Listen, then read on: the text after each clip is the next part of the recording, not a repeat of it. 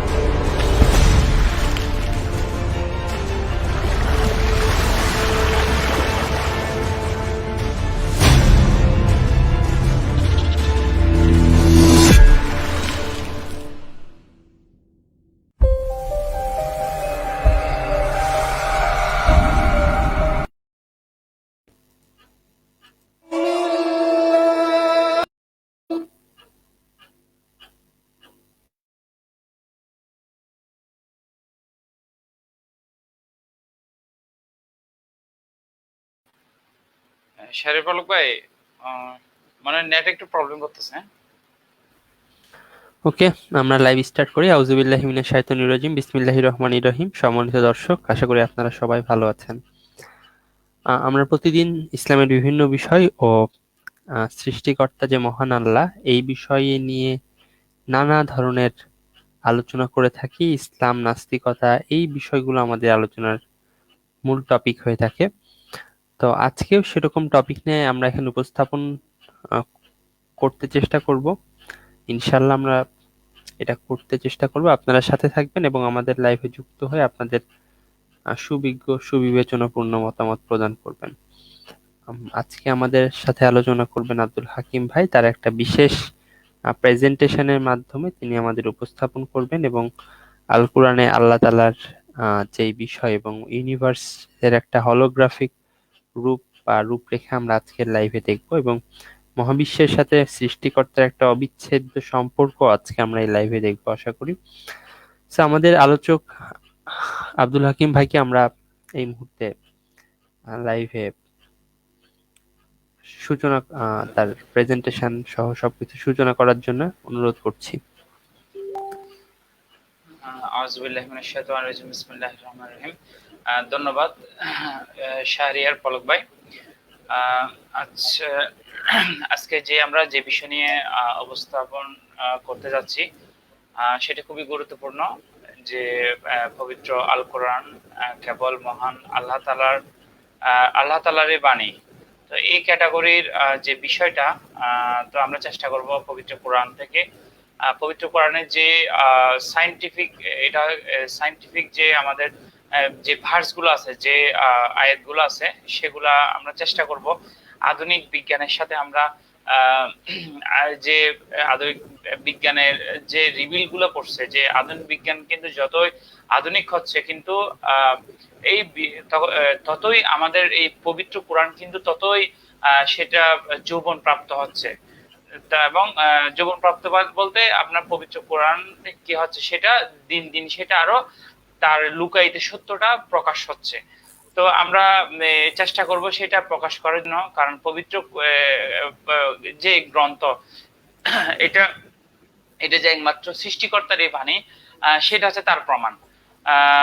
তো কে পারে এরকম একটা মানে পবিত্র কোরআন লিখতে, যে এরকম একটা পবিত্র মানে যে পবিত্র বই বা ঐশিক গ্রন্থ, এটা কিন্তু মানুষের পক্ষে কখনো সম্ভব না। এই যে 1400 বছর আগে এগুলো তো কল্পনায় করা যেত না। এই যে আজকে যে বিষয়টা, যে থ্রি ডাইমেনশনাল যে বিষয় বা ত্রিমাত্রিক হোলোগ্রাফিক ইউনিভার্স, এটা কিন্তু বেশি দিন হচ্ছে না, খুবই আপনার অল্প সময়ে অল্প সময়ের আগে, কিছুদিন আগে বা কয়েক বছর আগে বা 20-30 বছর আগে এগুলো হয়েছে, আপনার গবেষণা শুরু হয়েছে। সেগুলো আস্তে আস্তে এখন সেটা হয়েছে, আপনার পাবলিশড গুলো হচ্ছে, মানুষ রিসিভ করতেছে এবং সেগুলো প্রমাণিত হচ্ছে এবং এই থিওরি গুলা। তো এইগুলো কিন্তু 1400 বছর আগে এটা কেউ কল্পনাও করতে পারে না যে আপনার এই আমাদের এই মহাবিশ্বটা আসলে একটা থ্রি ডাইমেনশনাল, যে আমাদের যে ইউনিভার্সটা, এটা কিন্তু একটা হলোগ্রাম, এটা কিন্তু পবিত্র কোরআনে বলা আছে। এবং সবচেয়ে মজার বিষয় হচ্ছে আল্লাহ তাআলা এমন কিছু ভার্স, এমন কিছু আয়াত আছে, আমি আপনাদের দেখাবো যে আল্লাহ তাআলা বলছে যে এই মহাবিশ্বটাকে আমি আপনার হ্যালো। এই মহাবিশ্বটাকে কিয়ামতের সময় আমি লিখিত দফতরের মতো গুটিয়ে ফেলবো। তো এইটা সবচেয়ে বেশি সায়েন্টিফিক একটা কিন্তু ভার্স, সায়েন্টিফিক একটা আয়াত। কিরকম আয়াত? কারণ উনি আমাদের এই মহাবিশ্বকে একটা লিখিত দফতর হিসেবে কি করছে, এখানে রিপ্রেজেন্ট করছে। তো লিখিত দফতর বলতে কি বোঝাচ্ছে? লিখিত তার মানে হচ্ছে আমাদের এই মহাবিশ্বটা লিখিত দফতর কেমন হয়, তার মানে এই জিনিসটা আজকে আমি আপনাদের দেখার চেষ্টা করবো। আসলে আমাদের ইউনিভার্সটা কিন্তু একটা প্রজেকশন অফ আপনার একটা লিখিত একটা দফতর, একটা প্রজেকশন বা একটা হোলোগ্রাম।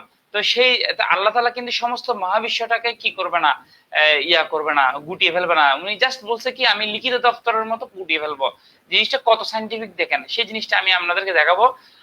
তার আগে এই যে হোলোগ্রাফিক ইউনিভার্সটা বোঝানোর জন্য আমি একটু আগে একটা ভিডিও দেখাবো। যারা বিজ্ঞানী আছে তাদের একটা আমি দেখাবো, বেশি না 4 মিনিট একটা ভিডিও। এরপর আমার এই বিষয় নিয়ে একটা ইসলামিক অথর্স একটা আমার লেখা প্রকাশ হয়েছে, সেখান থেকে আমি জিনিসগুলা ওখান থেকে আমি জিনিসগুলা স্ক্রিন শেয়ারের মাধ্যমে জিনিসটা আমি আরো ক্লিয়ার করব। আমি এখন একটা ভিডিও আপনাদের দেখাচ্ছি। শারিফুল ভাই কিছু বলবেন?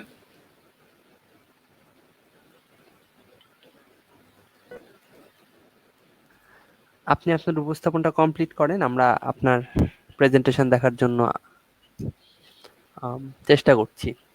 হ্যাঁ,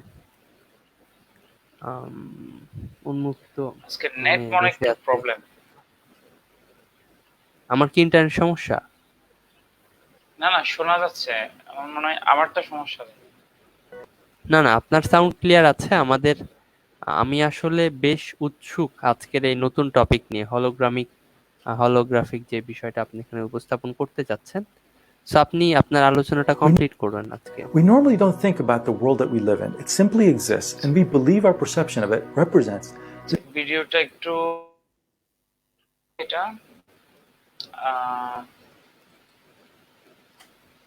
তাহলে স্ক্রিন শেয়ারটা দিই।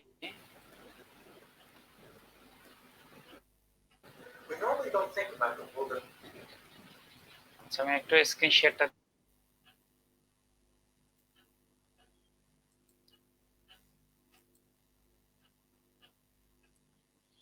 আপনার ভিডিওটা কি সেখান থেকে প্লে হচ্ছে না? এইটা প্রথম ফেস করছি।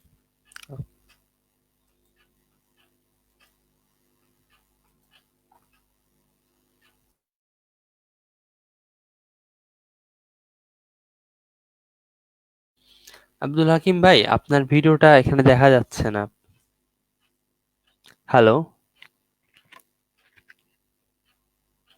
হ্যালো দর্শক, আমি জানি না আব্দুল হাকিম ভাই আমার কথা শুনতে পাচ্ছেন কিনা, অথবা আমার ইন্টারনেটের প্রবলেম কিনা। আজকে অনেকটা ইম্পর্টেন্ট একটা টপিক নিয়ে আমরা ডিসকাস করছিলাম, কিন্তু কোথাও কোনো একটা সমস্যায় আমরা জর্জরিত হয়ে গেছি। এটা ব্যক্তিগতভাবে আব্দুল হাকিম ভাইয়ের ব্যক্তিগত রিসার্চ এবং তার উপস্থাপনা। তো আশা করি আমরা আজকের লাইভটাতে পূর্ণাঙ্গভাবে আমাদের তথ্যগুলো উপস্থাপন করতে পারবো। আব্দুল হাকিম ভাই এটা হয়তো পারবেন আজকের লাইভে। We normally don't think about the world that we live in. It simply exists, and we believe our perception of it represents the true nature of reality. Our perception is that we live in a three-dimensional world and a three-dimensional universe. This has never been a question mark. But what if it's not true? What if our three dimensions can be equivalently represented on a two-dimensional surface? This is not like the 2D screen that you're watching this video on right now, because your screen cannot show what's behind me, no matter what angle you look at it. What I'm talking about would be somewhat like the hologram on your credit card. The information needed to represent a three-dimensional object has been printed on a two-dimensional surface. Scientists have shown that mathematically a two-dimensional surface can contain all the information to represent our three-dimensional perceived reality. Could this mean that we might actually be living on a two-dimensional surface? Could the universe be like a hologram? If so, how is that possible? And how did scientists come up with this absurd, mind-blowing idea? That's coming up right now.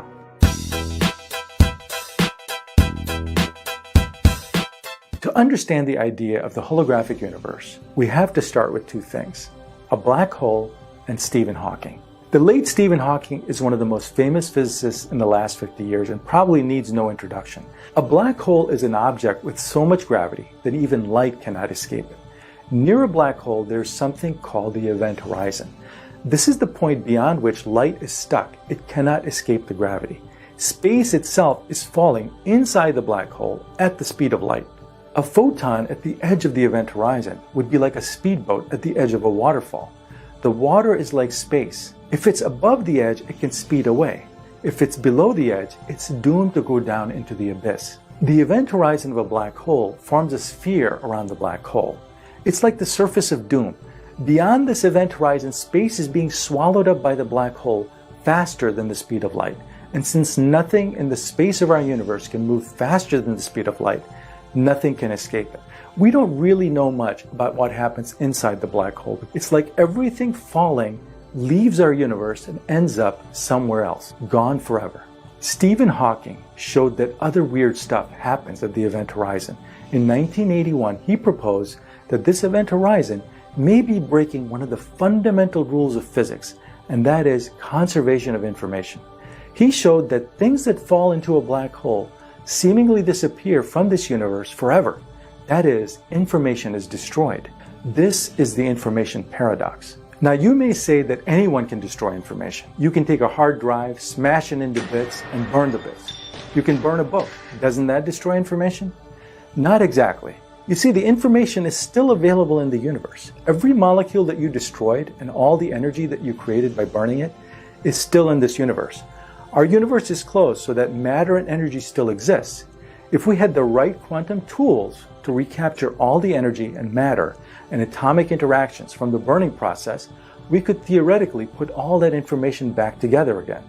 Nothing is really lost from this universe in terms of quantum mechanics. But Stephen Hawking was saying something different though. His mathematics was showing that information was actually leaving our universe forever and going into the black hole, and thus violating conservation laws. This was earth-shattering to quantum physicists because it violated one of its fundamental rules, and if it's true, then all of quantum physics would have to be reformulated. Hawking's proposal seemed correct though. There were no mathematical errors on it, but quantum physicists knew he had to be wrong. They just didn't know how.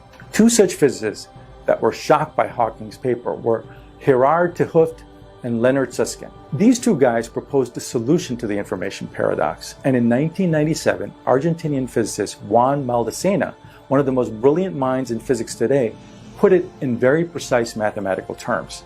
What these guys showed is that even though information is lost inside the black hole, a perfect copy of it remains in our universe and is not lost. Where is this perfect copy located?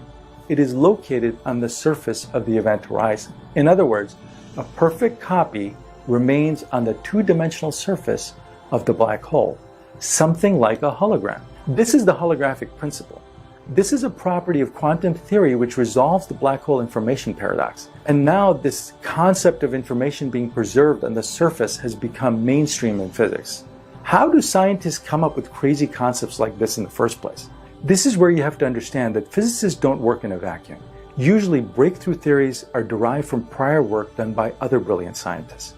In this case, the brilliant scientists were not only British physicist Stephen Hawking, but also Israeli physicist Jacob Bekenstein.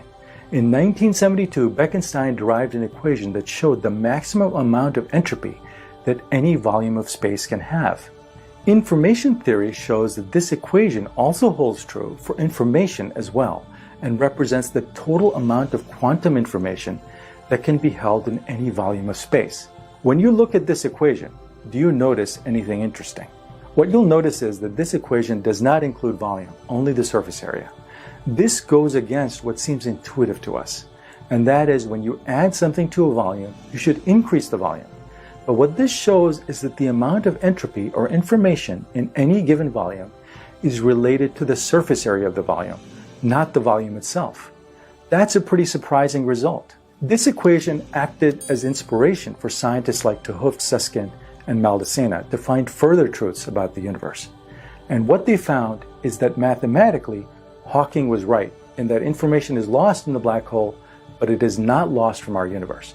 So from our perspective, essentially anything that falls into a black hole is still in our universe, but just smeared on the surface of the event horizon. This is where the concept of a hologram comes from, because that's what a hologram is, a two-dimensional representation of a three-dimensional object. They surmised that what was inside the black hole was a kind of projection of what was on the surface of the event horizon. Now you might ask, how is this related to our universe being a hologram? Because we don't seemingly live inside a black hole. Well, these scientists extrapolated the holographic principle mathematically to show that our entire three-dimensional universe can also be perfectly represented on the 2D surface of the universe. We are mathematically a projection of the information smeared on the two-dimensional horizon of the universe. This horizon would surround the entire universe. And where exactly is this located? It is mathematically infinitely far away, so we could never reach it. Does this mean that we're living inside a black hole? No, that's not what they're saying. They're just saying that any three-dimensional space can be represented by a two-dimensional surface. In the case of a black hole, we are on the outside of that surface, looking at it. In the case of our universe, we are on the inside of that surface. And just like anything on the inside of a black hole is a projection of this two-dimensional surface on the event horizon, we too are a projection of this two-dimensional surface of the universe. So now we get back to the question I asked at the beginning. Are we living in a 2D hologram? But what you have to understand is that the idea of a 2D surface is a mathematical construct. And even though it is rock solid true mathematically, it doesn't necessarily make it the fundamental nature of reality. However, if you are absolutely positively sure that we live on the inside of any sphere of the universe in a real three-dimensional universe, I want to tell you that that is exactly what your two-dimensional equivalent on the surface of the sphere thinks too. Arvinash here. If you like our videos, then consider subscribing and ring the bell so that you can be informed when we upload more fascinating videos. We make 1 to 2 videos a week. We'll see you in the next video.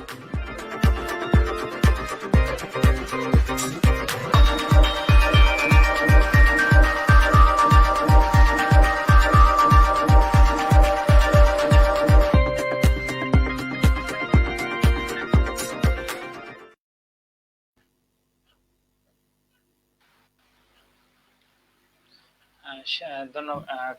সবাই দেখলেন যে আমাদের যে ভিডিওটা একটু আগে সেই ভিডিওর মধ্যে আমরা অলরেডি দেখলাম যে লাস্টে যে আমরা সামারিটা পাইলাম সেটা হচ্ছে আমাদের যে ইউনিভার্সটা সেটা কিন্তু একটা একটা প্রজেকশন। এই যে এটা এই প্রজেকশনটা আসলে 2D থেকে আসে, মানে 2D মানে একটা প্লেন বা একটা সমতল। তো এটা একটা আসলে থিওরি, কিন্তু সেটা পসিবিলিটি অনেক বেশি। তো এই বিষয় নিয়ে আমি পবিত্র কোরআনে কি বলা আছে সেই বিষয় নিয়ে আমি একটু ক্লিয়ার করতে চেষ্টা করবো ইনশাল্লাহ। আচ্ছা, শাহরিয়ার পলক ভাই কিছু বলবেন এই বিষয়ে? এটা তো সায়েন্টিফিক তত্ত্ব, আর যেহেতু সায়েন্টিফিক্যালি তত্ত্ব হিসেবে এটা প্রতিষ্ঠিত হয়েছে কিনা জানি না, তবে এটা এখনো কল্পনাতে আছে বা ম্যাথমেটিক্যালি আছে। এটা তো প্রচন্ড ডিপ কনসেপ্ট।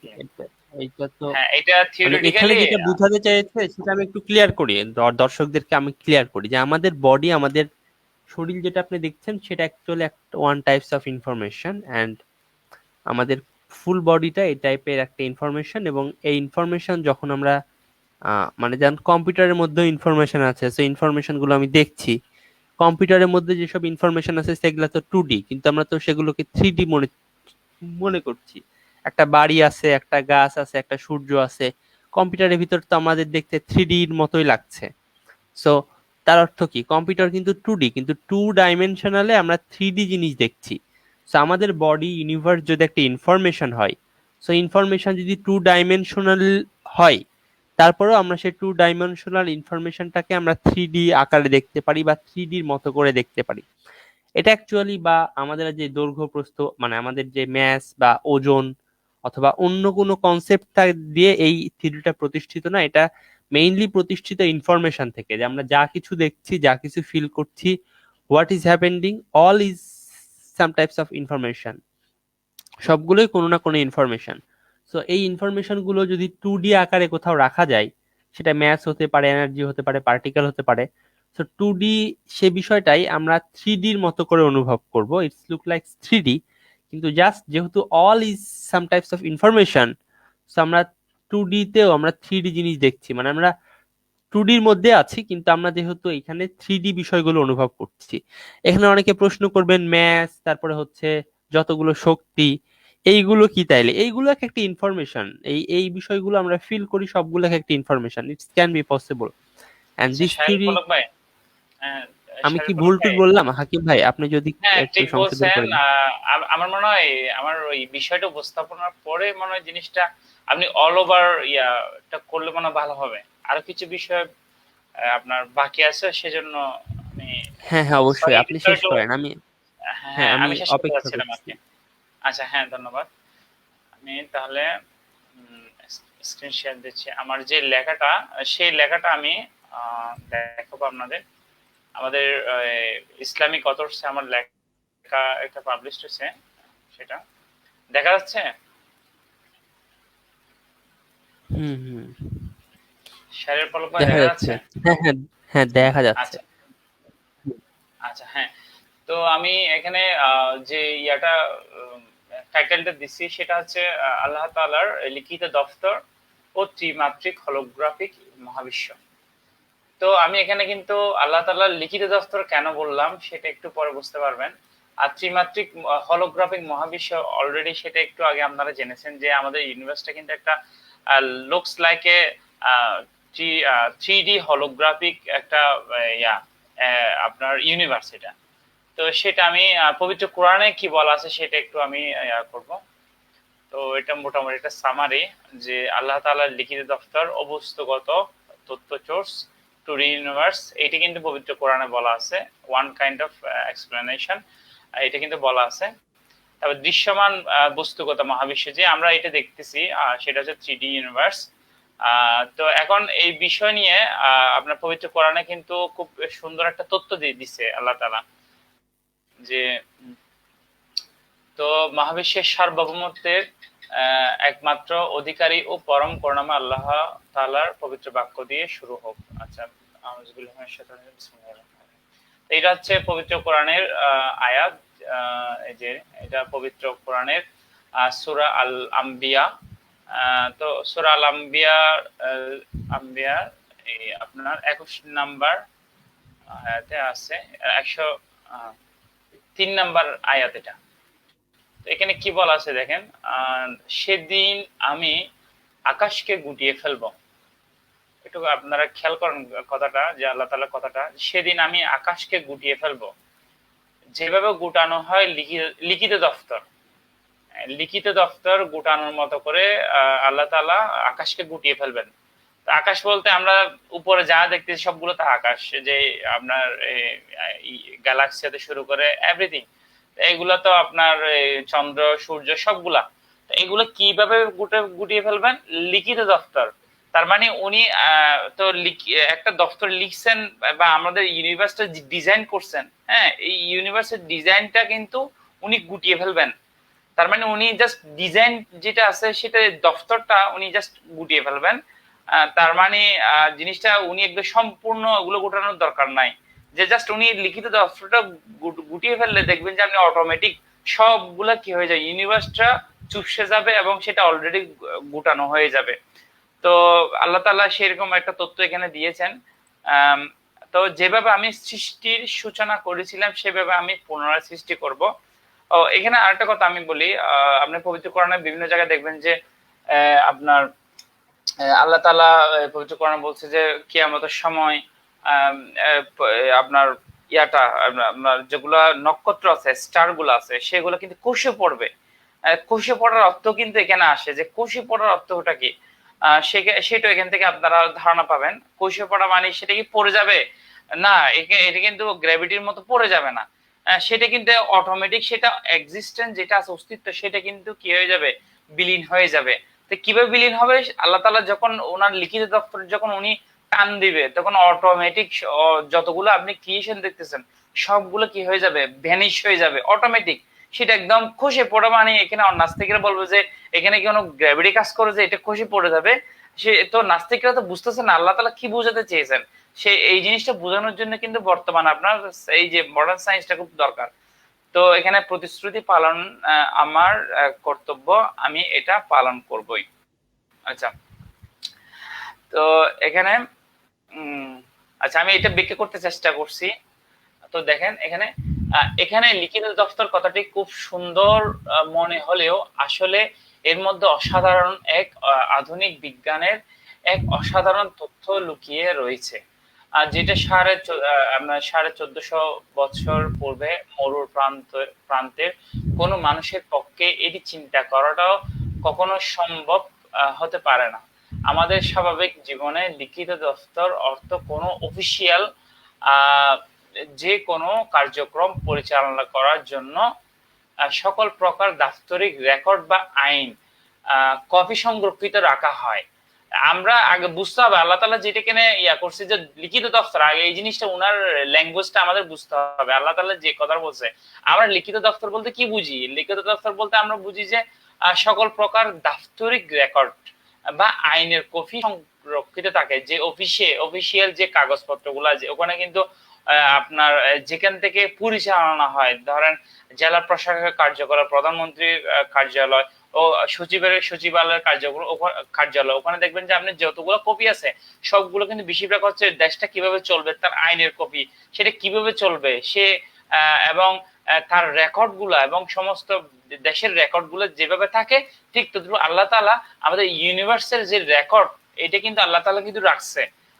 এই জিনিসটা কিন্তু আল্লাহ তাআলা বলছে যে আমি লাউহ মাহফুজের একটা কথা বলছে, এটা হতে পারে আমি শিওর না, তবে মোটামুটি কাছাকাছি মিলতেছে কথাগুলা। তো দাপ্তরিক রেকর্ড বা আইন কপি সংরক্ষিত রাখা হয়, তো যার মাধ্যমে উক্ত অফিসিয়াল সকল কার্যক্রম পরিচালিত ও নিয়ন্ত্রিত হয়। মানে যার মাধ্যমে এই আইনের মাধ্যমে এই রেকর্ডগুলোর মাধ্যমে অফিসিয়াল সকল কার্যক্রম পরিচালিত নিয়ন্ত্রিত হয়। তো একটু চিন্তা করে দেখুন, কোন আইন, নীতিমালা বা সংবিধান ছাড়া কখনো কোনো কিছু চালিত হতে পারে? এটা ইম্পসিবল। অকপটে বলবেন কখনো সম্ভব নয়। কারণ আমাদের এই বাংলাদেশ যে 1971 সালে যে হয়েছে, আপনার দেশটা স্বাধীন হয়েছে, সাথে সাথে কিন্তু সংবিধান রেডি হয়ে গেছে। সংবিধান যদি না থাকতো, যে কোনো একটা দেশ যখন স্বাধীন হয়, সেই দেশের কিন্তু একটা সংবিধান থাকতে হয় বা একটা আইন থাকতে হয়, ল থাকতে হয়। তো সেই ল এবং আইন না থাকলে কিন্তু সেই দেশটা যেমন চলতে পারে না, যে ইউনিভার্সটা কিভাবে চলবে সেই জন্য আইন আল্লাহ তাআলা কিন্তু অলরেডি লিখে ফেলছেন। তো সেইটা হচ্ছে লিখিত দফতর বলা হচ্ছে এখানে, আল্লাহ তাআলা সেই কথাটা এখানে বলছে। আমি যেভাবে বুঝলাম আর কি, এই কথাগুলো এইভাবে মিলতেছে আর কি। আচ্ছা, তাহলে কখনো কি ভেবেছেন আমাদের এই মহাবিশ্বে কোনো নিয়ম বা কোনো লতে পরিচালিত হচ্ছে? হ্যাঁ, অবশ্যই সুনির্দিষ্ট কোনো না কোনো বস্তু জগতের আইন দ্বারা পরিচালিত হচ্ছে। আপনারা বুঝে যাচ্ছেন যে আমি কোন লর কথা বলতেছি, আপনারা অলরেডি বুঝে যাচ্ছেন যে এই নেচারের মধ্যে যে ল গুলো আছে সেই ল গুলো কিন্তু আল্লাহ তাআলা বলছে, কিন্তু সেই কথাগুলো কিন্তু এই কথাগুলোকে আমি বলতেছি। আমি আরেকটু বিষয় ক্লিয়ার করি যে কম্পিউটার সায়েন্সের ভাষায় বলতে গেলে যেমন একটি মেশিন ল্যাঙ্গুয়েজ বা অপারেটিং সিস্টেম সফটওয়্যারের সাথে তুলনা করতে পারি। এই সকল সফটওয়্যারে থাকে প্রচুর পরিমাণ ইনফরমেশন, যার মূল সংগঠক হলো অজস্র ডাটা, যার মাধ্যমে পরিপূর্ণ প্রোগ্রাম ডিজাইন করা হয়ে থাকে। হ্যাঁ, আপনি একটা সাধারণ একটা রোবটের কথা চিন্তা করেন। রোবটটা কিন্তু একটা প্রোগ্রামের ফসল। যে রোবোটিক্স পড়েন বা যারা পড়েন, ইঞ্জিনিয়ারিং পড়েন, প্রত্যেক কিছু হচ্ছে একটা কি প্রোগ্রামিং। যে আমাদের আমাদের সমস্ত শরীরে কিন্তু আমাদের যে শরীরটা যে কোষ দিয়ে তৈরি, সেই কোষের মধ্যে যে ডিএনএ গুলো আছে, সেই ডিএনএ গুলা কিন্তু প্রচুর পরিমাণ অজস্র ডাটা কিন্তু এখানে ক্যারি করা আছে। এই ডাটাগুলো কে দিয়েছে? এই নাস্তিক খগেন গুলা কিন্তু এই অ্যান্সার গুলো দিতে পারে না। তারা বলে শূন্য থেকে এমনি এমনি হয়েছে। এগুলো হাস্যকর, এগুলা মানে কি বলবো, এগুলা মানসিক একটা সমস্যা আমি বলবো। লজিক্যাল এগুলো হচ্ছে ইললজিক্যাল সব কথাবার্তা বলে তারা। আচ্ছা, আমরা এই সকল সিস্টেম সফটওয়্যারের মাধ্যমে অপারেটর বা চালিত হয় হাজার হাজার সফটওয়্যার অ্যাপস। আচ্ছা যাক, এটা আপনারা বুঝতে পারতেছেন। আমি জাস্ট একটা কম্পেয়ার করলাম, তুলনা করলাম। এই যে এখন দেখেন আমাদের ইউনিভার্সের মহাবিশ্বের লিখিত আইন নিয়ে আলোচনা করব। এখন আমাদের যে মহাবিশ্ব, আমাদের আল্লাহ তাআলা এই যে আইনগুলো এখানে দিছে, যে মানদণ্ড বলেন আইন বলেন, সে আইনগুলা কি? সে আইনগুলা হচ্ছে আপনার যে সায়েন্টিস্টরা যে মোটামুটি যেগুলা অনেকগুলা আইন আছে, তার মধ্যে মোটামুটি আপনার সায়েন্টিস্টরা বা বিজ্ঞানীরা যেগুলা আবিষ্কার করছেন সেগুলো আমি এখানে বলবো। মানে এটা ক্লিয়ার ভাবে বোঝা যাচ্ছে না, আমি একটু জুম করি। আচ্ছা, এখন মনে হয় দেখা যাচ্ছে। আচ্ছা হ্যাঁ, the greatest scientific theories, number 1, Einstein theory of relativity. হ্যাঁ, the theory defines gravity as a property directly related to space time. আচ্ছা, আমি এখানে বিস্তারিত যাচ্ছি না, আমি জাস্ট ইয়াগুলা বলে দিচ্ছি যে আইনস্টাইনের আপেক্ষিক তত্ত্ব, দ্য সেকেন্ড ল, দ্বিতীয় আইন, সেটা হচ্ছে কি the second law of thermodynamics, থার্মোডাইনামিক্সের দ্বিতীয় সূত্র। তারপর 3 নাম্বার যে কোয়ান্টাম ফিল্ড থিওরি। বর্তমানে যেটা কোয়ান্টাম ফিল্ড থিওরি খুবই হার্ড একটা সাবজেক্ট, এটা হচ্ছে বিশাল একটা বিষয়। তো এটা নিয়ে আধুনিক পদার্থবিজ্ঞান এই যে আপনার এই আইনস্টাইন থিওরি অফ রিলেটিভিটি এবং কোয়ান্টাম ফিল্ড থিওরি নিয়ে কিন্তু মডার্ন যে সায়েন্সটা কিন্তু বিল্ড করা এখন, মানে সে এই দুইটার উপর বেস করে কিন্তু আছে। এবার আসেন law of conservation of energy, এই যে আমাদের শক্তির সংরক্ষণশীলতার নীতি। তো শক্তির সংরক্ষণশীলতার নীতি। আচ্ছা, তারপর হচ্ছে 5 number the law of conservation of angular momentum. আচ্ছা, কৌণিক যে ভরবেগের সূত্র সেটা। আচ্ছা, মোটামুটি আমরা 5টা এখানে গ্রেটেস্ট সায়েন্টিফিক থিওরিজ, আর অনেকগুলো থিওরি আছে, আমি ওগুলোতে যাচ্ছি না। আচ্ছা, এখন আমি এখানে শুধু মহাবিশ্বের বস্তু জগতের এই লিখিত দাপ্তরিক ল কে নিয়ে আলোচনা করব, এগুলো নিয়ে আলোচনা করব। বস্তু জগতের ল হলো মূলত পদার্থবিজ্ঞানের সকল প্রতিষ্ঠিত সূত্র ও তার গাণিতিক সমীকরণ সমূহ।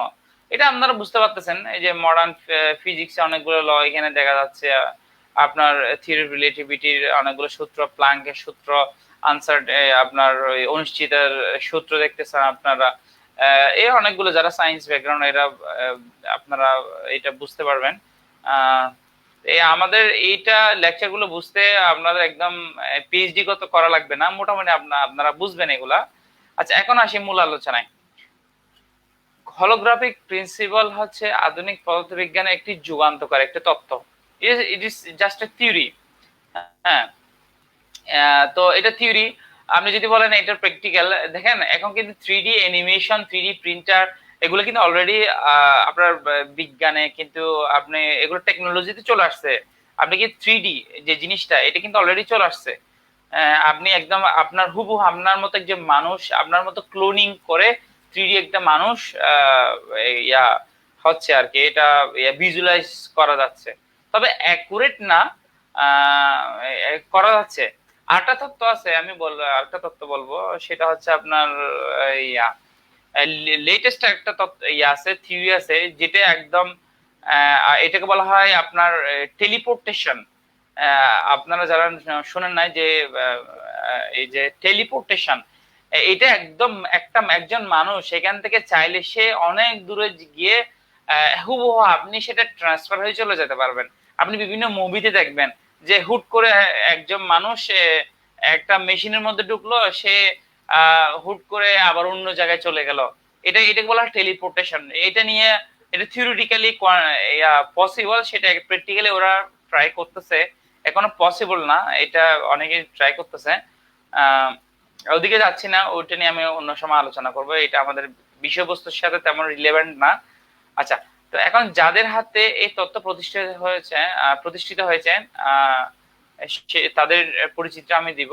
তারা হলেন যে জিরান্ড হফট, এই যে বিজ্ঞানী, এই যে উনি নেদারল্যান্ডসের বিজ্ঞানী, ডাচ।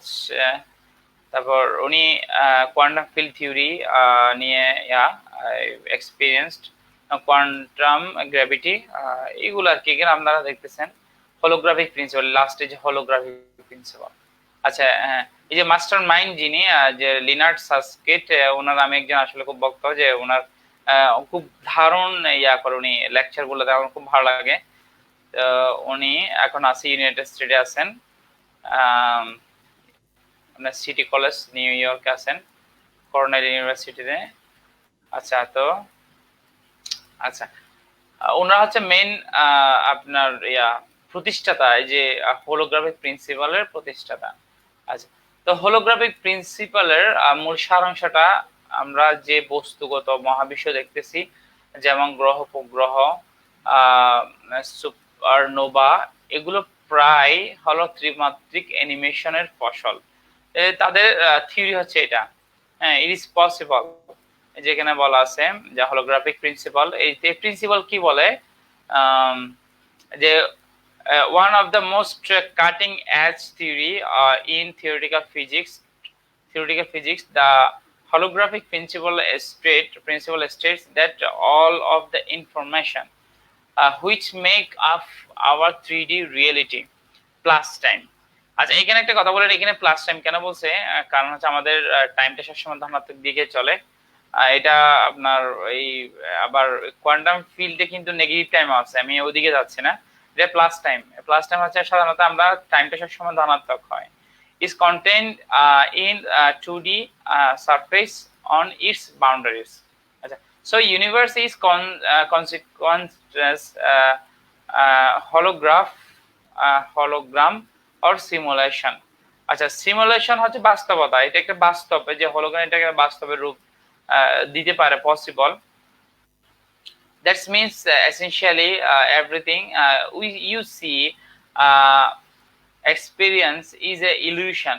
আচ্ছা, আমাদের ইউনিভার্সটা কিন্তু আসলে একটা ইলিউশন, যে আপনি যখন দেখবেন, আপনি যে কোনো একটা মেটাল, আমরা যে ইউনিভার্স গুলো দেখতেছি, আমরা বাস্তবে যা দেখি না, আপনি যদি সেগুলো যদি একদম শক্তিশালী কোনো দিয়ে দেখেন, ইলেকট্রোস্কোপিক কোনো যন্ত্র দিয়ে দেখবেন, সেগুলো কিন্তু আপনি একটা অ্যানিমেশন পাবেন। আমাদের প্রত্যেকটা বস্তু কিন্তু একটা অ্যানিমেশন হিসেবে পাবেন। এই যে আমরা একদম কঠিন বস্তু দেখতেছি, এটা কিন্তু আসলে কঠিন বস্তু না, একদম একটা অ্যানিমেশন পাবেন, লুকস লাইক অ্যানিমেশন। তো আপনি এটা গুগল সার্চে দিলে পাবেন, যে ইউনিভার্সিটি যে এডিউশন, এটা সার্চে দিলে কিন্তু পাবেন। এটা নিয়ে আমি যাচ্ছি না, আমাদের বিষয়বস্তু মোটামুটি এটা নিয়ে শেষ করে দিব। আচ্ছা, আর এটা পরবর্তীতে আমি আলোচনা করবো ইনশাল্লাহ। তো আর এই ত্রিমাত্রিক অ্যানিমেশন, 3D অ্যানিমেশন হলো আসলে দ্বিমাত্রিক সমতল প্রজেক্টরের প্রজেকশন। আচ্ছা, আল্লাহ তাআলা যেটা বলছে তার সাথে কিন্তু 100% ভাবে কিন্তু এটা মিলতেছে, যে আমি এই জিনিসটা বলতে চাচ্ছিলাম, এটা মিলতেছে। তবে আমি এটা দাবি করব না, কারণ এটা যেটা মিল পাচ্ছি, সেই আমার যে পার্সোনাল গবেষণা, এই জিনিসটা আমি আপনাদেরকে জানাচ্ছি, যে দেখেন এটা কিন্তু একদম পবিত্র কোরআনে আল্লাহ তাআলা যে ভার্সগুলো দিচ্ছে, একদম সো মডার্ন। আমি যেটা বলছি, আমাদের পবিত্র কোরআনটা কিন্তু সো মডার্ন, এটা কিন্তু বিজ্ঞানময় একটা কোরআন, যে আল্লাহ তাআলা এখানে যে তথ্যগুলো দিচ্ছে, এগুলো কিন্তু অসাধারণ। আচ্ছা, আচ্ছা, তো এখানে দেখা যাচ্ছে যে আপনার একটা অ্যানিমেশন, যে 3D হোলোগ্রাম দেখাচ্ছে, এটা আর কি প্রজেকশন। আচ্ছা, অর্থাৎ 2D সমতল প্রজেক্টরি ওই 3D অ্যানিমেশন বা ত্রিমাত্রিক ছবিকে গঠন করে, একই সাথে নিয়ন্ত্রণ করে। আচ্ছা, একই সাথে নিয়ন্ত্রণ করে। এইখানে আপনি দেখবেন যে, আচ্ছা পলক ভাই একটু সরেন, যে আমি আপনাদের দৃশ্য বলতে, এখানে আল্লাহ তাআলা কিন্তু অনেক সময় বলে যে এই সমস্ত মহাবিশ্বকে আমি অনেক সময় একদম হাতের মুঠোয় রেখেছি, মানে রেখেছি। হাদিস কোরআনে এরকম একটা তথ্য পাওয়া যায়, আল্লাহ তাআলা কিন্তু হাতের মুঠোয় রেখে দিয়েছেন আমাদের এই মহাবিশ্বকে। তো উনি কি সমস্ত মহাবিশ্বকে কিভাবে হাতে রেখে দিয়েছেন, এই যে দফতরটা উনার হাতে নিয়ন্ত্রিত, জিনিসটা এইভাবে বোঝানো হয়েছে, আমার মতে এটা আর কি। আচ্ছা, লক্ষ্য করুন, দ্বিমাত্রিক সমতলের 2D প্লেন বা প্রজেক্টর অ্যানিমেটেড বস্তুর সকল ইনফরমেশন বা ডাটা অন্তর্নিহিত থাকে।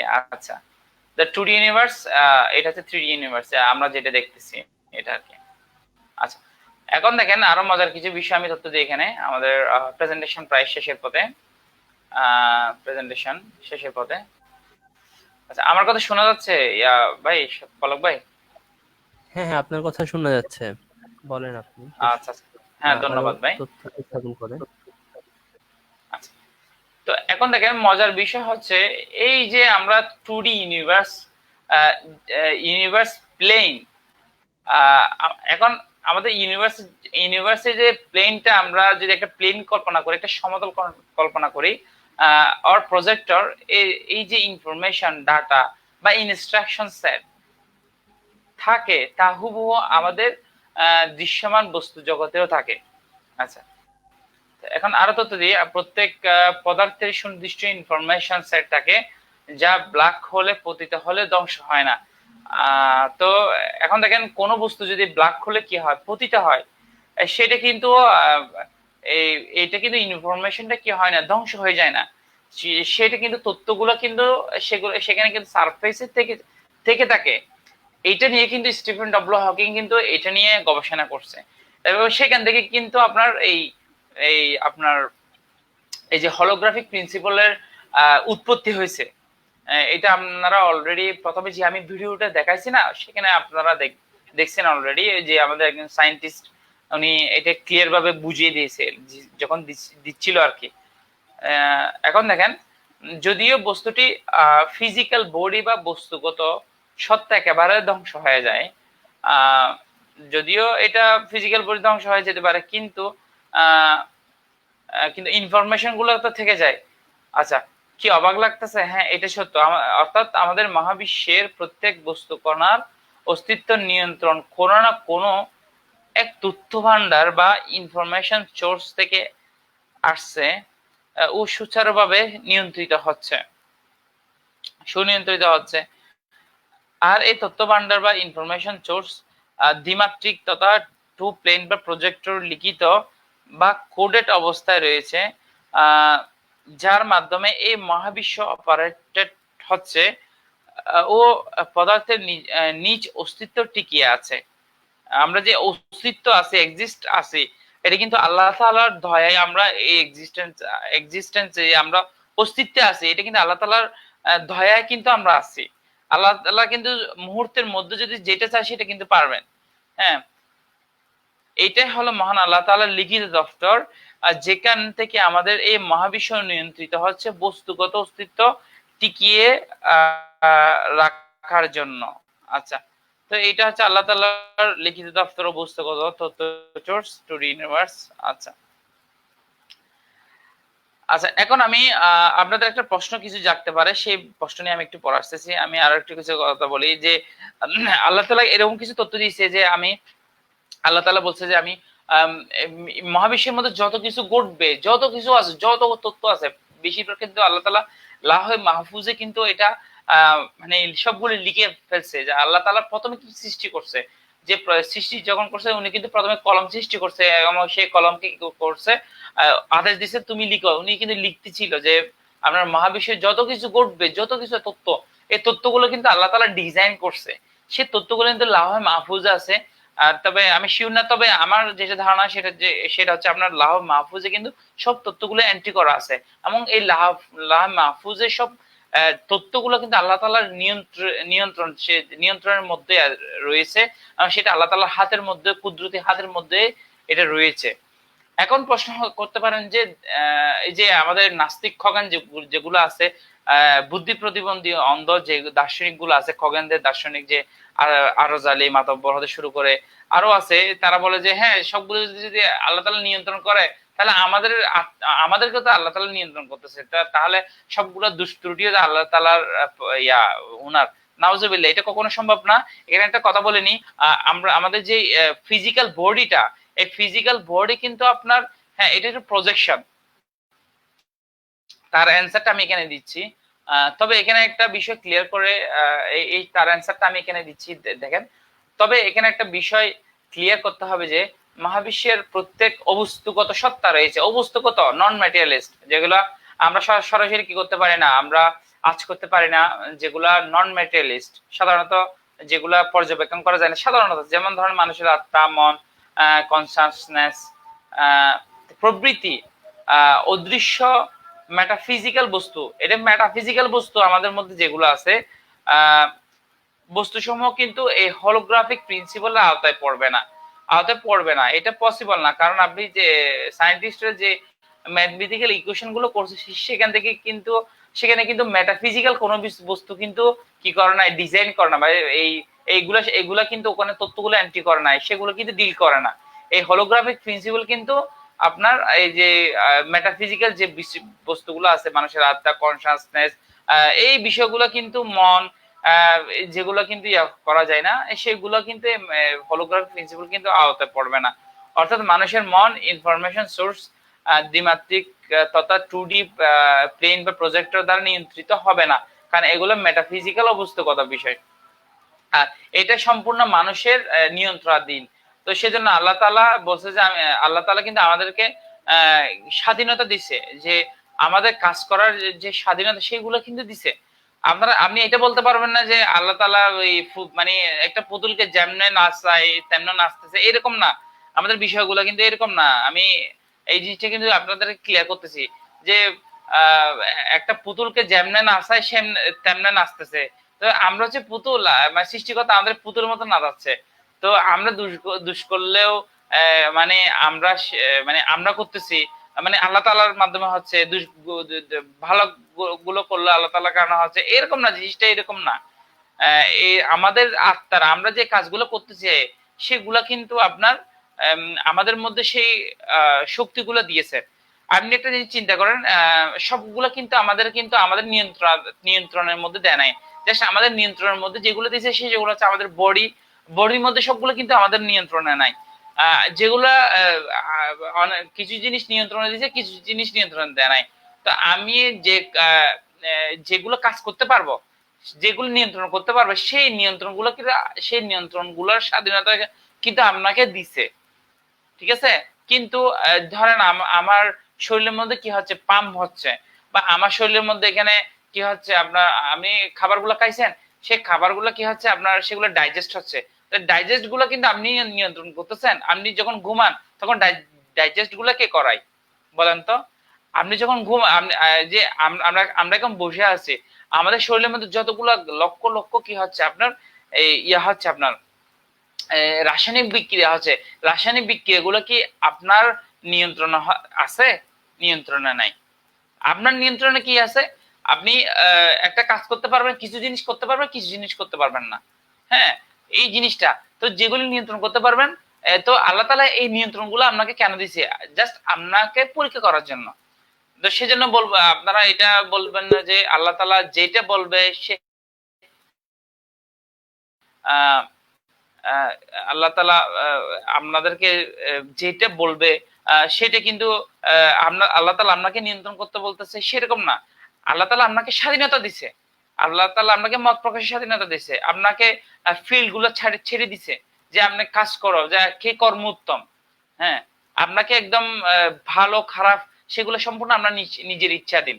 যাক, আমি মোটামুটি এতটুকু আমার আলোচনা ছিল। আচ্ছা, আর কিছু আলোচনা আছে। এই যে এই হলোগ্রাফিক প্রিন্সিপালের উল্লেখযোগ্য সফলতা হচ্ছে দীর্ঘদিন চলমান। আচ্ছা, এখন আমি এই যে হলোগ্রাফিক প্রিন্সিপালের সফলতা নিয়ে একটু আলোচনা করবো হালকা। যে দীর্ঘদিন ব্ল্যাক হোলের ইনফরমেশন প্যারাডক্স সমাধান দিতে পেরেছে, যেখানে অনেক থিওরি ব্যর্থ ছিল। এটা যারা সায়েন্স ব্যাকগ্রাউন্ড, যারা বিজ্ঞান মনস্ক, আসলে খগেনবাদী আবার সায়েন্স ব্যাকগ্রাউন্ড হলে হবে না। আপনার যারা সত্যকে অন্বেষণ করতে চায় তাদের উদ্দেশ্যে আমি বলতেছি।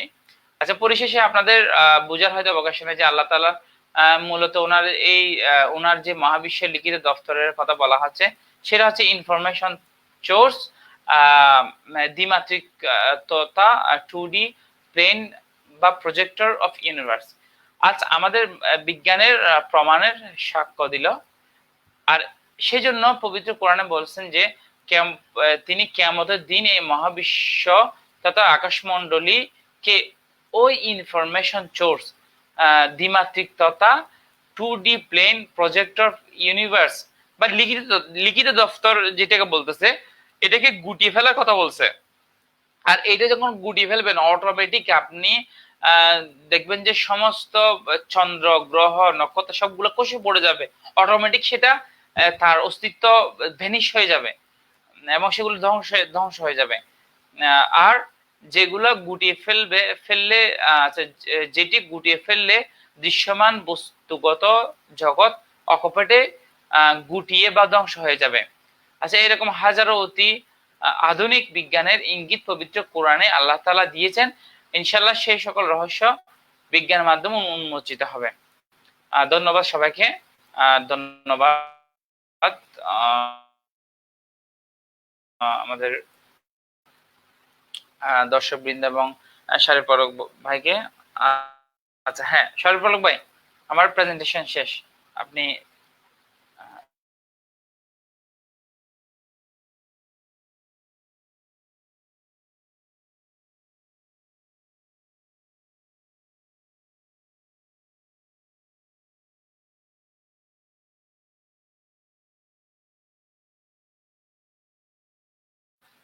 আচ্ছা, শারীর পলক ভাই। আচ্ছা, ও, সালাম আলাইকুম।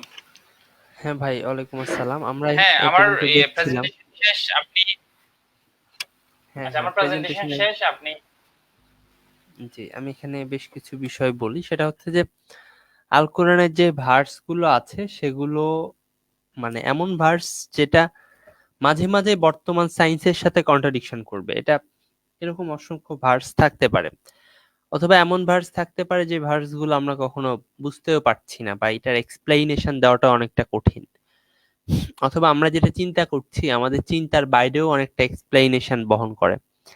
এরকমটা কেন? এরকম হওয়ার পেছনে প্রধান কারণটা কি? কারণটা হচ্ছে আল কোরআন কোনো মানবরচিত গ্রন্থ না। এমন এমন ভার্স আসছে যেগুলো আজ থেকে 200 বছর আগে বড় বড় বিজ্ঞানীদের জিজ্ঞাসা করলেও তারা কোনো অ্যান্সার দিতে পারতেন না। যেমন আকাশমণ্ডলীয় পৃথিবী মিলিত ছিল একরপত্রভাবে, আমি ইহাকে আলাদা করে দিলাম। এই ভার্সটাকে যদি আপনি স্যার আইজ্যাক নিউটনকে ব্যাখ্যা করতে বলতেন, তিনি কিন্তু ব্যাখ্যা করতে পারতেন না। মাত্র কয়েক বছর আগে এই ভার্সগুলো আমরা জানি। এমনকি আলবার্ট আইনস্টাইনকে বললো, আলবার্ট আইনস্টাইন হয়তো বুঝতেন কিনা সেটারও প্রশ্ন আছে। সো তার অর্থগুলো যেটা হচ্ছে সেটা হচ্ছে যে আল কোরআনের ভার্সগুলো প্রচন্ড সায়েন্টিফিক, সুতরাং এটা সায়েন্টিফিক, আমাদের সায়েন্স মাঝে মাঝে এক্সপ্লেইন করতে ফেইল্ড করতে পারে। এটা আমাদের প্রথমত মাথায় রাখতে হবে। আমরা এখানে সায়েন্স দিয়ে কোনো কিছুকে এক্সপ্লেইন করছি, তার অর্থ যে আমাদের সায়েন্স চূড়ান্ত, আমাদের সায়েন্সটাই শতভাগ সঠিক, এরকমটা না। এইটার থেকেও আপডেট, এইটার থেকে হাজার গুণ উন্নত কোনো বিষয় আল কোরআন সেখানে ব্যাখ্যা করতে পারে। এটা আমরা যেন মনে রাখি, দর্শকদের উদ্দেশ্যে বলছি। এবং সেকেন্ড হচ্ছে, আমরা আল কোরআনের ভার্সগুলো যে অবৈজ্ঞানিক না, বরং হচ্ছে নাস্তিকদের চিন্তার অসারতা, এখন এইটা প্রমাণ করার জন্য আমরা লাইভে বিভিন্ন ধরনের সায়েন্টিফিক ভার্স এবং আল কোরআনের বিভিন্ন ধরনের বিষয়গুলো উপস্থাপন করি। আব্দুল হাকিম ভাইকে একটা অনেক সুন্দর একটা বিষয় নিয়ে আসছেন, যেটা হয়তো আমারও জানা ছিল না, আজকে আমার নতুন, এবং আমি এটা শিখলাম। তো এরকম আরো অসংখ্য বিষয় আছে যে বিষয়গুলো আমরা লাইভে শিখবো। আপনারা লাইভে যুক্ত হবেন এবং আপনারা লাইভটা দেখবেন, যেন আমরা এই বিষয়গুলোকে সুন্দরভাবে উপস্থাপন করতে পারি। আমাদের চিন্তাগুলো, নাস্তিকদের চিন্তার সীমাবদ্ধতাগুলো আমরা প্রতিষ্ঠিত করতে পারি এবং আপনাদেরকে বুঝিয়ে দিতে পারি যে তাদের চিন্তা আসলে বিজ্ঞান কতটা বুঝে বা বিজ্ঞান কতটা জানে, এর মধ্যে কতটা সীমাবদ্ধ। এগুলো হচ্ছে প্রশ্ন করার, আহ, আপনাদের মনে প্রশ্ন করার একটা জায়গা তুলে ধরবো। আর আরেকটা বিষয় যেটা আব্দুল হাকিম ভাই এখানে সুন্দরভাবে উপস্থাপন করেছেন, সেটা হচ্ছে আমাদের ইউনিভার্সটা সম্পর্কে আমাদের চিন্তা চেতনা প্রচন্ড কম, যেটা আমিও আজকের লাইভ শোনার পরে বুঝতে পেরেছি। আমরা হয়তো জানি যে আমরা ফিজিক্স পড়ি বা আমরা অনেক কিছু শিখছি, কিন্তু আমাদের ইউনিভার্সের নলেজের তুলনায় আমরা আসলে কিছুই না, উই ডোন্ট নো বলতে গেলে এরকম একটা পরিস্থিতি। তো আল্লাহ আমাদের যেন সবার জ্ঞানের অর্জনের তৃষ্ণাটা বাড়িয়ে দেন, এ দোয়া করছি, এবং সঠিক জ্ঞান অনুসন্ধানের যেন তিনি আমাদের রাস্তা বের করে দেন, এ দোয়াটা আল্লাহর কাছে করে আজকে আমার কথা শেষ করছি। ধন্যবাদ আব্দুল হাকিম ভাই। ধন্যবাদ দর্শক। ধন্যবাদ। ধন্যবাদ শাহরির পলক ভাই। তো আশা করি যারা দর্শক আছেন বা যারা আমাদের লাইভটা দেখবেন, আপনারা শেয়ার করবেন, লাইক দিবেন এবং সায়েন্টিফিক রিলিজিয়ন দা ইসলামের সাথে থাকবেন ইনশাল্লাহ। তো আমরা চেষ্টা করব যে আমাদের আহ, যে সায়েন্টিফিক যে ভার্স গুলা সায়েন্টিফিক যে ভার্স গুলা, এগুলা আসলে কিন্তু এখনো রিভিল কিন্তু হয় নাই। অনেকগুলো আছে। আল্লাহ তাআলা এমন কোন বিষয় কিন্তু মানে উল্লেখ করে, মানে পবিত্র কোরআনে কিন্তু এমন কোন বিষয় নাই যে উনি এখনো উল্লেখ করে নাই, এরকম কিছু নাই। হয়তো আমরা সেটাকে খুঁজতে ব্যর্থ হচ্ছি। এটা হচ্ছে কথা। আর এখানে আমাদের অনেক ভাই সালাম দিয়েছেন, যে ওয়ালাইকুম আসসালাম ওয়া রাহমাতুল্লাহি ওয়া বারাকাতুহু। আর এখানে আমাদের অন্যান্য আচ্ছা, আমাদের আহ, রোমা খান আপু। আচ্ছা, তো এখানে আমি আরেকটা বিষয় করব, যে আমাদের এই যে আজকে রিলেটেড একটা সায়েন্টিফিক আমেরিকান একটা খুব জনপ্রিয় একটা জার্নাল। তো সেই জার্নালে একটা ভিডিও রিলিজ হয়েছে, সেটা হোলোগ্রাফিক প্রিন্সিপালের উপর। সেটা আমি একটু আপনাদের দেখাতে চাচ্ছিলাম আর কি।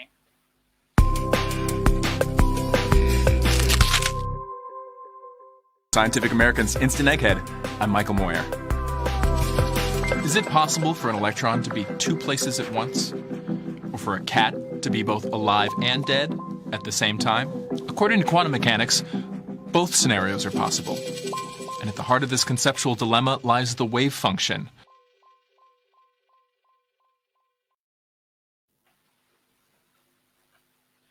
আচ্ছা, হ্যাঁ শারের পালক ভাই, এখন তাহলে আমরা লাইভটা শেষের পর্যায়ে। তো আপনার কিছু বলার থাকলে তাহলে আমরা শেষ করে দিতে পারি আর কি, আপনার না যদি ভাই, অনুমতি আমি থাকে। আসলে আজকের লাইভে আমার সীমাবদ্ধতা অনেকগুলো বুঝতে পারছি, এবং আপনার এই লাইভটা আমার জন্য গুরুত্বপূর্ণ। এত নতুন ইনফরমেশন হয়তো আমি কিছুই জানতে পারি না ইনফরমেশনের বিষয়ে, এ কারণে আমার আজকে নিজেরই খারাপ লাগছে। আর নাস্তিকদের তো খারাপ লাগবে না, তারা তো ব্লাইন্ড। আর লাস্টে যেই লোকটা সে যত সুন্দরভাবে ব্যাখ্যা দিয়ে গেল, সল কোরআন যদি এরকম করে একটা ভার্স বলে থাকে, এটাকে তারা বলবে হচ্ছে অন্ধ আনুগত্য, এটাকে তারা বলবে হচ্ছে আহ কি বলবে, অন্ধবিশ্বাসই বলবে, তাই না? ঠিক আছে, এরা নিজেরা অন্ধ হয়ে বসে রয়েছে। আর এখানে মুসলিমদেরকে অন্ধ ভাবে করে আর কি, জিনিসটা ট্রল করে। এরা আসলে কি বলে, এরা আসলে নিজে জানে না। এটা আসলে কি বলবো, ও তাদের জন্য আসলে ভাই খুব দুঃখ হয় ভাই, এদের জন্য আসলে আমাদের খুব দুঃখ হয়। এই মানুষগুলো আসলে কবে যে মানুষ হবে। এরা তো মানুষ হতে যাচ্ছে না, এরা তো সোজা বানর হতে যাচ্ছে। এরা তো মানুষ হিসেবে পরিচয় দেয় না। দুঃখজনক না ভাই এটা? হ্যাঁ, তোদের পূর্বপুরুষরা তো শিখিয়েছে যে আমরা হচ্ছে বানর থেকে উৎপত্তি, সুতরাং বান্দরই হইতে হবে আমাদেরকে। আচ্ছা যাক, আমরা ওনাদেরকে করব, ইনভাইট করব। আপনারা যদি সত্যি বিজ্ঞান মনস্ক হয়ে থাকেন, আপনারা লাইভে যুক্ত হবেন, আর এখানে শেয়ার করবেন, কমেন্ট করবেন। আর এখানে আপনাদেরকে একদম হ্যারাস করা হবে যে এরকম না। আমাদের সায়েন্টিফিক রিলিজিয়নে আজ পর্যন্ত যতদিন থেকে আমাদের লাইভ গুলো হচ্ছে, এতদিনের ভিতরে আমরা আমরা পারতপক্ষে আমরা আপনাদের খারাপ বিহেভটা কিন্তু করি নাই। আপনারা এখানে খারাপ বিহেভ করে চলে গেছেন, এটা হচ্ছে আপনাদের আচরণ। এটা হচ্ছে খুব দুঃখজনক একটা বিষয়। তো আপনারা চেষ্টা করবেন সত্যিকার লজিক্যাল হওয়ার জন্য।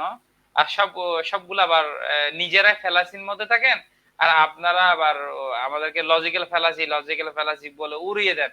কিসের লজিক্যাল ফ্যালাসি? ফ্যালাসি আপনারা বুঝেন আগে, আপনারা নিজের মতো করে ফ্যালাসি বানালে হবে না, ঠিক আছে? ওনারা অনেক বিষয়গুলো কিন্তু ফ্যালাসি বলে, আমি ওনাদের ইয়াগুলো পড়ি, দেখি, কিন্তু ওনাদের লাইভ গুলো আমি দেখি, ওনাদের লেখাগুলো আমি দেখি, আমি ওনাদের লেখাগুলো নিয়ে এখানে কিন্তু আমি আলোচনা করব। হ্যাঁ, আচ্ছা শাহরি পলক ভাই, তাহলে আমরা এই শেষ করে দিচ্ছি।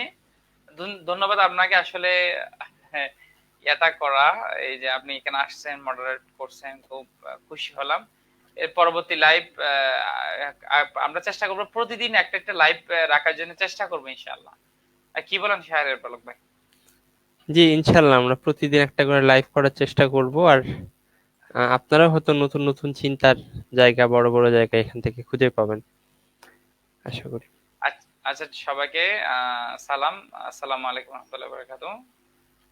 আসসালামু আলাইকুম রহমতুল্লাহি ওয়া বারাকাতুহু।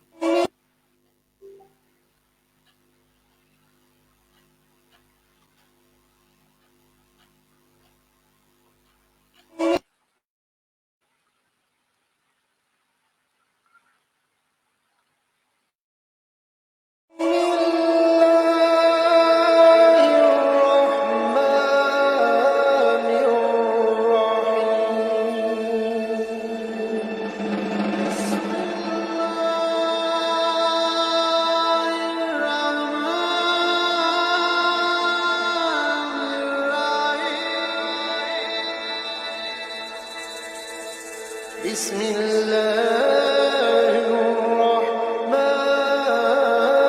الرحيم.